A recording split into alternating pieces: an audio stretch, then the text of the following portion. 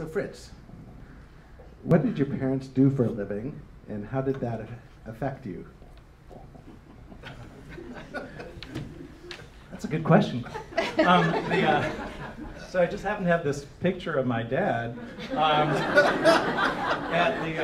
standing in front of the Mies van der Rohe house where I was born, and he was an architect.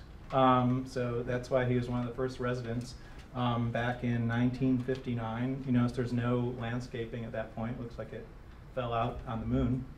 So my dad was an architect, and my mom is an artist. She's, this is an oil painting she did way back when. It's in our house, and you'll see some pictures of that later. But so I think I had no choice in the matter. It was genetically, predestined that I'd be a graphic designer. If you just kind of mix the DNA of an architect and a painter together, you get a graphic designer. So they're, how do I say it?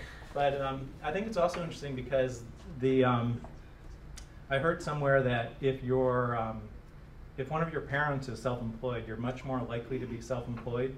And I think that was something that I definitely experienced with my dad, having his own architecture firm, is, you kind of are able to ride those kind of roller coasters of, sometimes you have money, sometimes you get good Christmas presents, sometimes you don't get good Christmas presents. But being in Detroit is more like down here. Sometimes sometimes you're, yeah, so it was, so that was something that I think also influenced me kind of starting my own business. So we'll talk more.